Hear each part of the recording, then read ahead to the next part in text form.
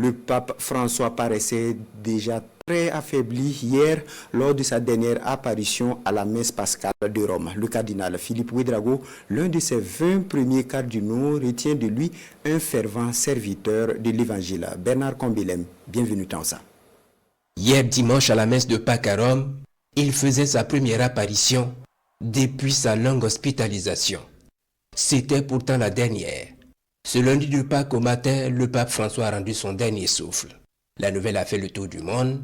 L'Église catholique en particulier est profondément touchée par la disparition du souverain pontife. Le pape François, 88 ans, répond ici à l'appel du Seigneur après 12 ans de pontificat.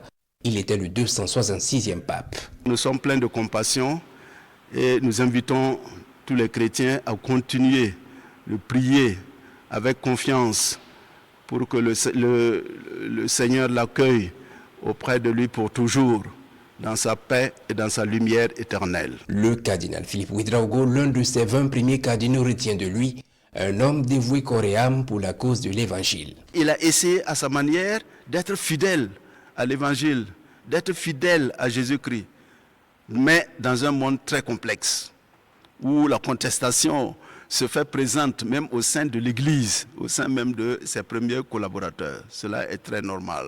Nous rendons grâce à Dieu et nous adressons un hommage bien mérité à ce pape venu d'Argentine pour le service de l'Église universelle.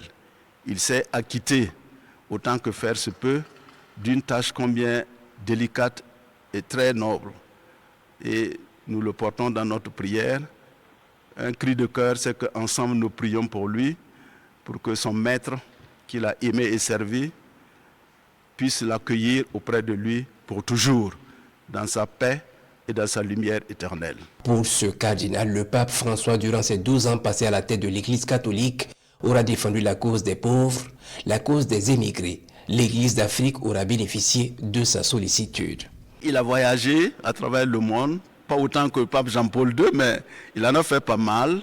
Et l'Église d'Afrique a également bénéficié de sa sollicitude par des voyages qu'il a pu réaliser en Afrique centrale, en Égypte, récemment au Burkina Faso, à l'occasion de la célébration des 125e ans de notre évangélisation.